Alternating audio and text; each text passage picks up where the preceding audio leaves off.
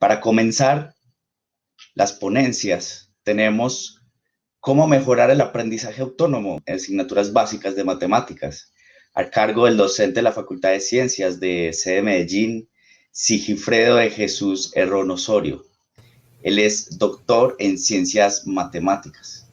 Así que, profesor, es un honor tenerlo con nosotros en esta mañana. Así que adelante, muchísimas gracias por estar en esta mañana con nosotros. David, buenos días y muchas gracias por tu presentación. Un gusto estar aquí compartiendo con todos ustedes en este Congreso de Innovación Académica. La presentación ya la pueden mirar ahí, se puede ver. Yo hago parte del grupo 6, cuyo nombre es el aprendizaje autónomo en asignaturas básicas de matemáticas en diferentes sedes de la universidad. La otra sede, digamos, que nos acompañó son profesores de la sede de Orinoquía. Bien, esta pregunta es un poco complicada, es difícil de responder, sin embargo, pues eso no quiere decir que debamos enfrentarla. ¿Cómo mejorar el aprendizaje autónomo en estudiantes de asignaturas básicas de matemáticas?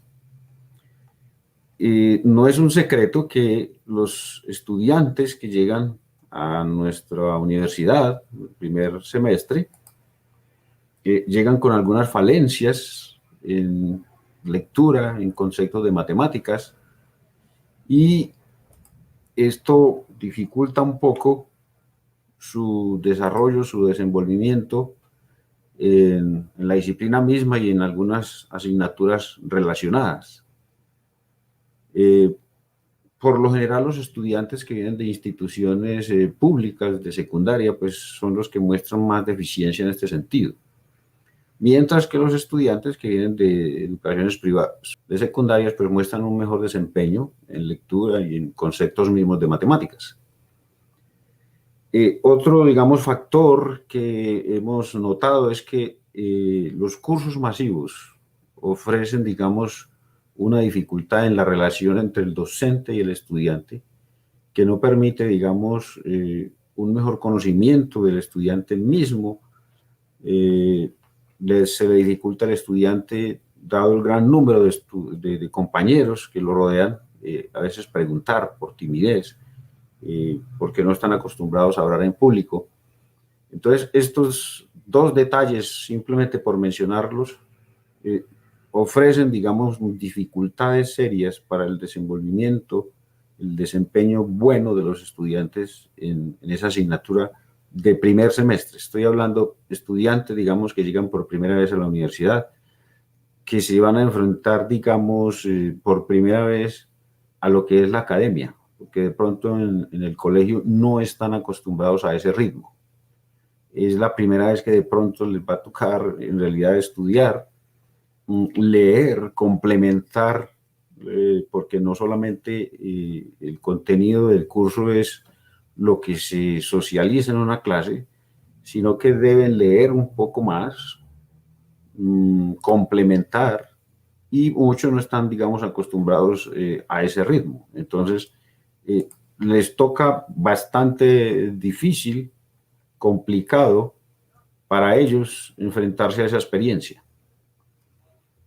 Entonces, en ese sentido, nosotros nos preguntamos, bueno, ¿cómo hacer para que un estudiante que llegue a la universidad por primera vez pueda, digamos, lograr esa autonomía? Bien, de eso, digamos, tratamos de enfrentarnos y de responder y diseñar planes que vayan en dirección a lograr buenos éxitos.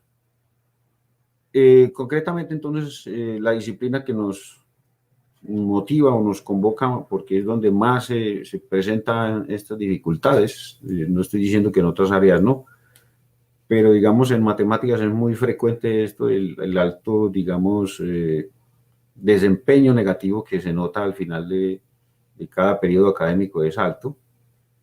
Entonces, hacia esta población, digamos, de primer semestre, de asignaturas básicas de la ciencia básica, concretamente en matemáticas, centramos, digamos, nuestros esfuerzos. Bien, asociado, digamos, a esto de cómo mejorar el aprendizaje autónomo en estudiantes, nos llevó entonces a plantearnos este reto, el reto pedagógico. ¿Cómo mejorar el aprendizaje autónomo en estudiantes de asignaturas básicas de matemáticas en las sedes Orinoquía y Medellín? Como dije hace un momento, la autonomía, pues obviamente va a ser un problema mayor al que ya traen en cuanto a la deficiencia en dos aspectos fundamentales que hemos detectado, que es a veces en lectura, comprensión lectora, redacción y conocimientos propios de la matemática en asuntos básicos. Entonces, si a eso le agregamos algo de más allá, que es la autonomía, pues son tres problemas que tienen en sí un estudiante de primer semestre cuando llega a la universidad. Y no estoy hablando pues de todos los estudiantes, sino, como dije anteriormente, de muchos de los estudiantes. Y esos tres aspectos son entonces la deficiencia en lectura, en conceptos básicos de matemáticas, y uno más que es la autonomía. Entonces, ¿cómo mejorar eso para que el estudiante tenga un buen desempeño en su experiencia universitaria por primera vez, en esas asignaturas que va a enfrentar, y no solamente en esas, sino en las posteriores, en las que siguen, y por supuesto pues, en su vida profesional? Bueno, lo que encontramos o lo que encontré en particular no es novedoso, es algo que yo he sentido que debe funcionar y lo que quise fue verificarlo y en efecto, pues de alguna manera lo verifiqué y da resultado. Entonces, la idea o la experiencia consistió en lo siguiente. A ver, el grupo al cual se le aplicó, digamos, esta experiencia, este proyecto, es el grupo de fundamentos de matemáticas, donde se trabajan algunos conceptos de lógica básica, métodos de demostración, los conceptos de funciones, algo de básico de teoría de cardinalidad, métodos de inducción matemática para demostrar proposiciones que involucran números naturales, etc. Ese es el tipo de contenido. Entonces, el grupo, digamos, en esencia, inicialmente estaba compuesto por 52 estudiantes. Algunos, por la pandemia, digamos, es que fue inesperado esto, pues al principio tuvieron algunas dificultades para conectarse. Eso llevó a que abandonaran, porque cuando lograban conectarse nuevamente, pues ya no había como esa continuidad en la temática, estaban un poco perdidos. Otros, digamos, por la complejidad misma de la asignatura y por las otras asignaturas que tenían consigo, pues se vieron, digamos, obligados a tener que escoger, bueno, ¿cuál sigo con toda la responsabilidad y todo el esfuerzo del caso? Porque creo que no va a poder con todas. Entonces, al final quedaron 32 estudiantes de esos 52 que habían al comienzo. Es decir, que en el proceso pues se nos retiraron 20 estudiantes y de esos 32 pues que terminaron, la mayoría, exactamente 28, aprobó la asignatura, pero más de eso, más allá de eso, digamos que se notaron algunas mejorías en cuanto a la autonomía. Ese aspecto pues que queríamos resaltar.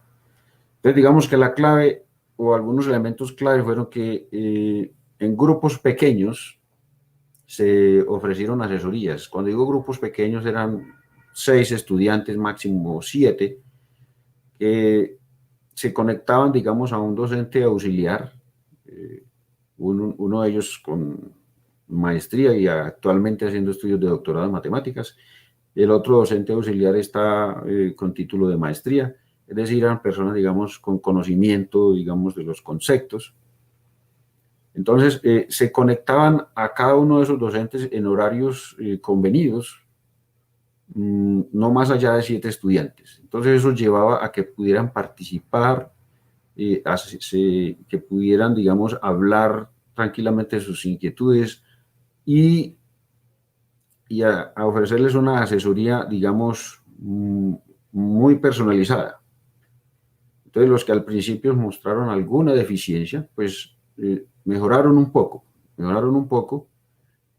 y como dije hace un momento, el desempeño, digamos, al final de los 32 que terminaron, pues 28 pudieron, digamos, aprobar el curso y aprender algunas cosas.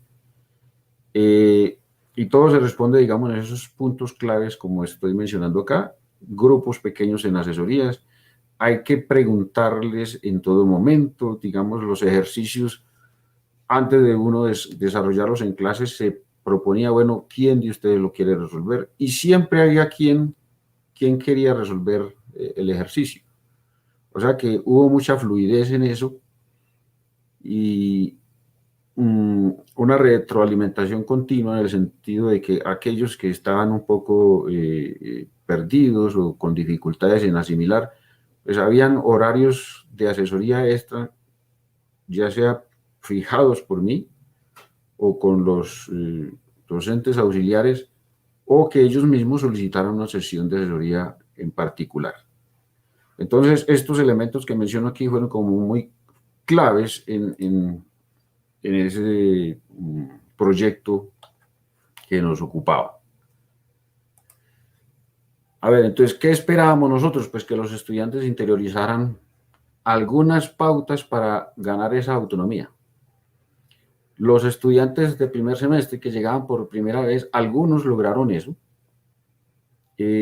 otros no lo hicieron tanto, y detectamos es que algunos de los estudiantes que estaban allí por primera vez estaban en la carrera equivocada, no era lo que querían, estaban ahí estudiando la carrera de matemáticas puras, pero no era como lo que ellos querían, estaban pensando en la carrera en sí que querían, una ingeniería,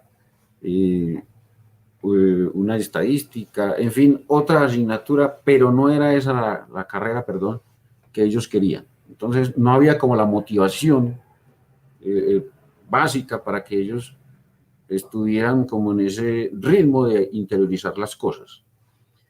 El grupo, digamos, estaba conformado también por otros estudiantes de mayor experiencia, de tercer, cuarto semestre.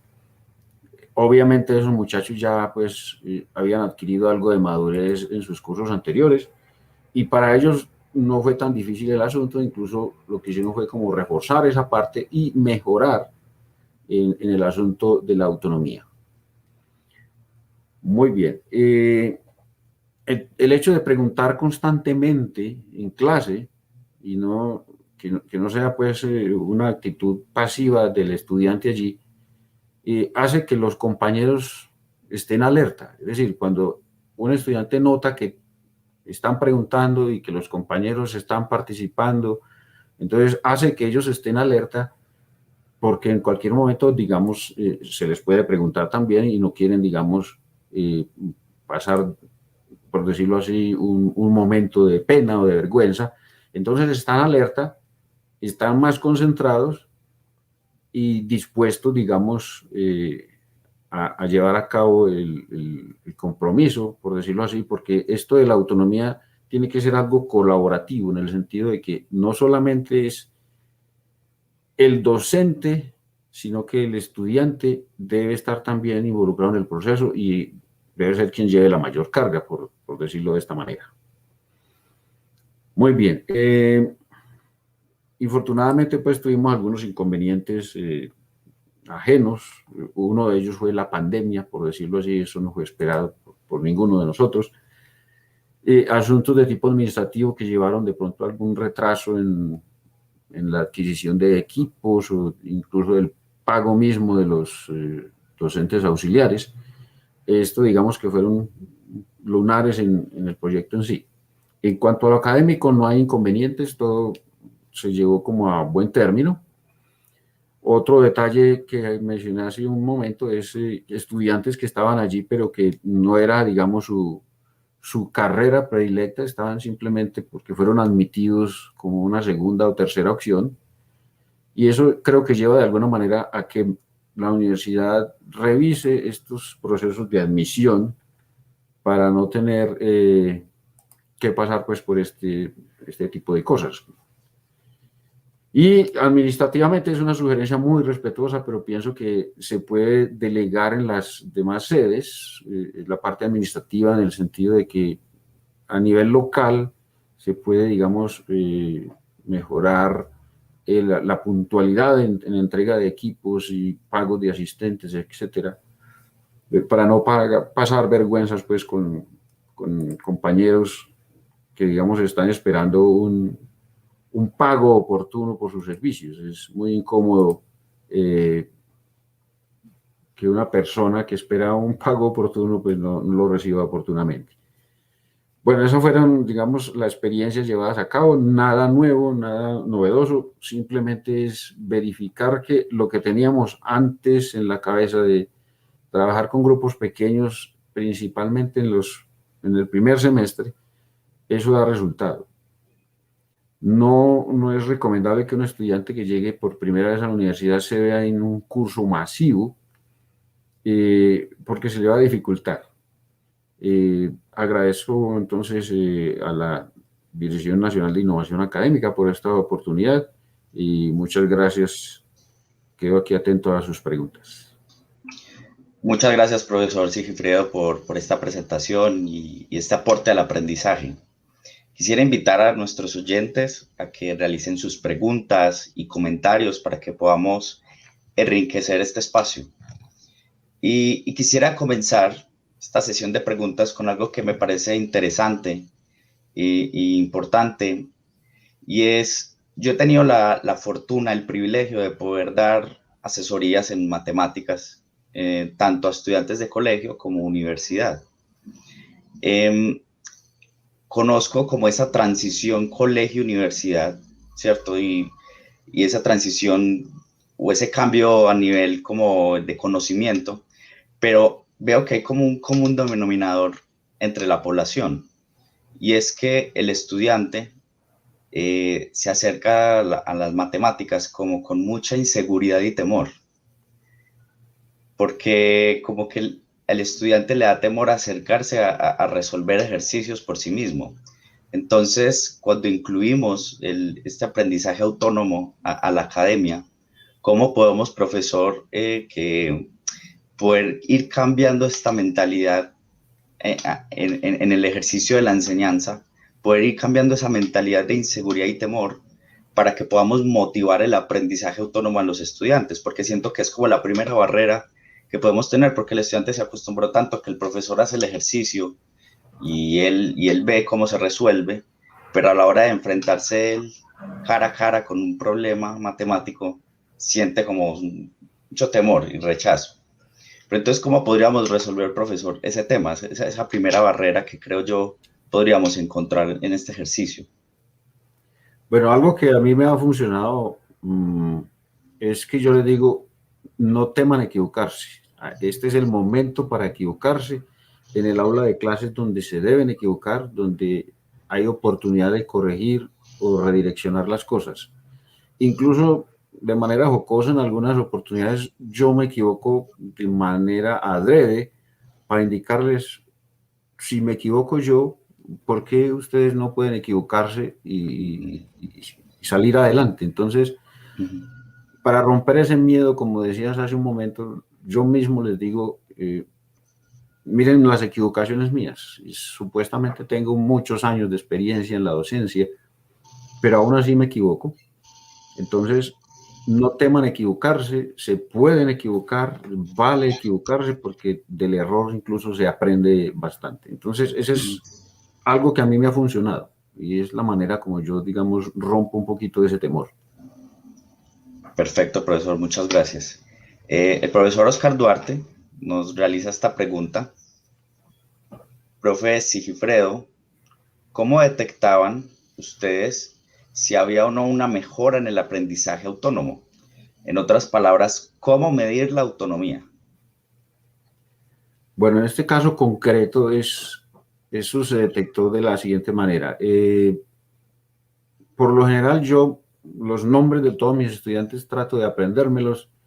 Entonces, en esta virtualidad que nos tocó, digamos, llevar adelante, ya yo reconocía ciertos tonos de voz. Entonces, porque ellos inicialmente no mostraban, digamos, su rostro, estaban ahí, digamos, conectados, pero con cámara apagada.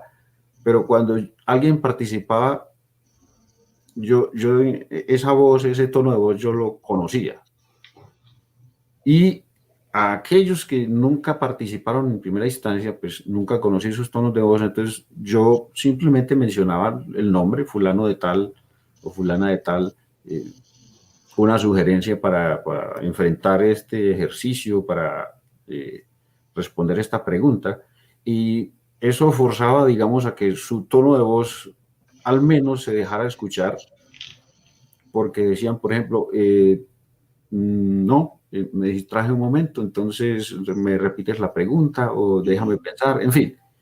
Pero ya ese tono de voz se quedaba grabado en mi mente y yo notaba que ya esa persona más adelante participaba más.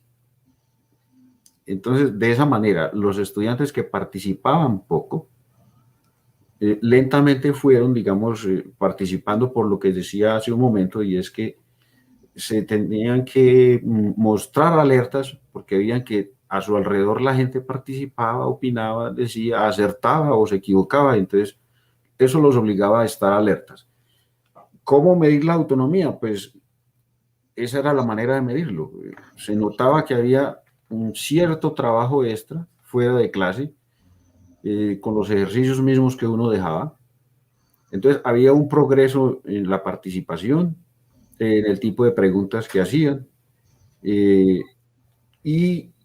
incluso en algunos momentos complementaban la respuesta de otro compañero que de pronto dio una respuesta parcial, porque muchas veces yo les decía, no tienes que darme la respuesta completa si no la tienes, pero dame una idea, dame un indicio, cómo inicias, y con otro compañero terminamos el asunto, terminamos una demostración que estaba pendiente, pero empiézala tú y otro sigue. Y esa es una manera entonces de medir la autonomía. Profesor, ¿y la virtualidad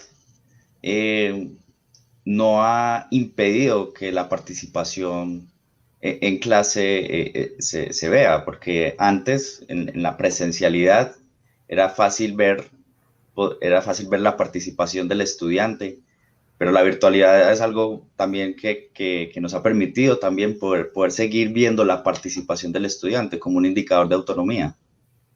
Sí, eso es verdad, pero yo creo que ahí el docente tiene que dejar ese rol de que está dando es una conferencia. No es una conferencia, es una clase, y debe invitar, digamos, al estudiantado a preguntar, a participar, o él hacer las preguntas, pues, que es como la manera más fácil de involucrar a los compañeros, a los estudiantes que están allí.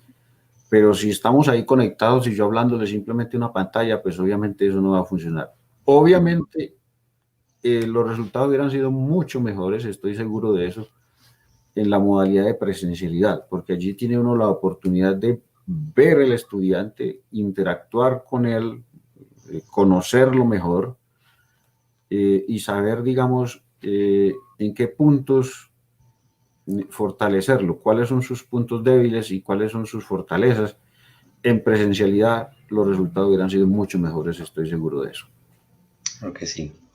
Bueno, tenemos una segunda pregunta de Giovanni Alexander Zamudio Castellanos, que dice: buenos días, profesor Osorio. Mi pregunta es, ¿cómo vincular ese aprendizaje autónomo del estudiante para formar ciudadanos en la toma de decisiones para la solución de problemas de su contexto? Gracias. Bueno, es una pregunta compleja, pero digamos, la autonomía se va ganando, digamos, en lo pequeño, en pequeñas cosas en las cuales tú vas ganando autonomía, pues tarde o temprano eso se ve reflejado en las cosas grandes o más grandes, eh, digamos, el futuro inmediato de un estudiante que va a ser su vida profesional.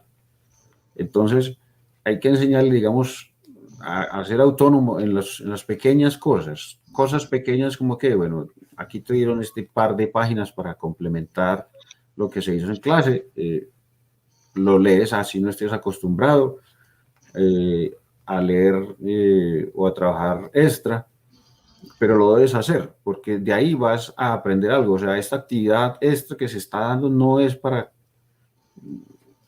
molestar o para incomodar, es simplemente es un elemento de aprendizaje que te va a ayudar bastante. Y entonces, esa es la clave. A ver, autonomía en cosas pequeñas. Y ahí esas de pequeño en pequeños se va ganando hasta llegar a autonomía en cosas mucho más grandes, como por ejemplo en la vida profesional.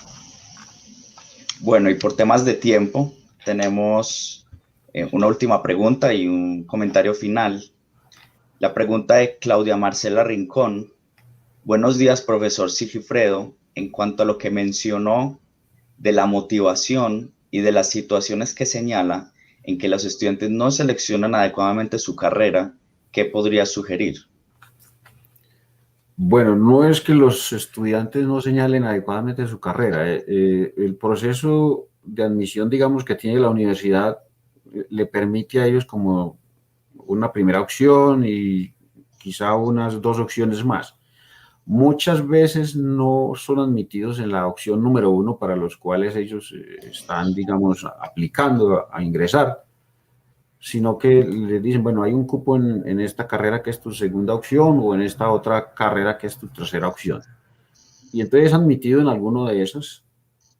Lo que yo puedo sugerir es, de manera respetuosa, que creo que hay que revisar de pronto ese proceso de admisión y no se trata como de admitir estudiantes por admitir, por dar cobertura, sino que yo creo que deben revisarse esos procesos de tal manera que cada estudiante esté en la carrera, digamos, que quiere, en lo que desea estudiar, en la vocación que quiere, en lo que él siente que es lo suyo. Simplemente esa es la sugerencia que puedo dar al respecto. Profesor. Y tenemos un comentario de Nata Devia. Excelente la propuesta de hacer el acompañamiento en grupos pequeños en el primer semestre. Esos cursos masivos son desmotivantes y se prestan para la deserción. Sí, es correcto. Estoy de acuerdo y agradezco mucho a Nata, si me permites llamarla de esa manera. Es algo, como dije, que yo tenía en mi cabeza hace mucho tiempo y simplemente quise verificar ahora con esta experiencia. Y no hay nada novedoso en eso. O sea, es simplemente lo que yo creo que funciona, llevarlo a la práctica y creo que funciona. Entonces, esa es como la clave, pienso yo. Ahora, hay situaciones ajenas a ese deseo, a ese pensar, que no permiten llevar a cabo este tipo de cosas, pues de tener grupos pequeños para estudiantes de primer semestre. Pero no sé qué habrá que revisar para que eso se pueda, digamos, materializar con más frecuencia. Listo. Bueno, muchísimas gracias, profesor, por esta intervención. Fue muy agradable tenerlo, aprendimos mucho y nos motiva a motivar, valga la redundancia, el aprendizaje autónomo en las aulas de clase, en la institución. Muchas gracias por tenerlo con nosotros y poder escucharlo. David, muchas gracias. Un feliz resto de día. Éxitos en el resto de congreso. Igualmente, profesor. Igualmente, muchas gracias.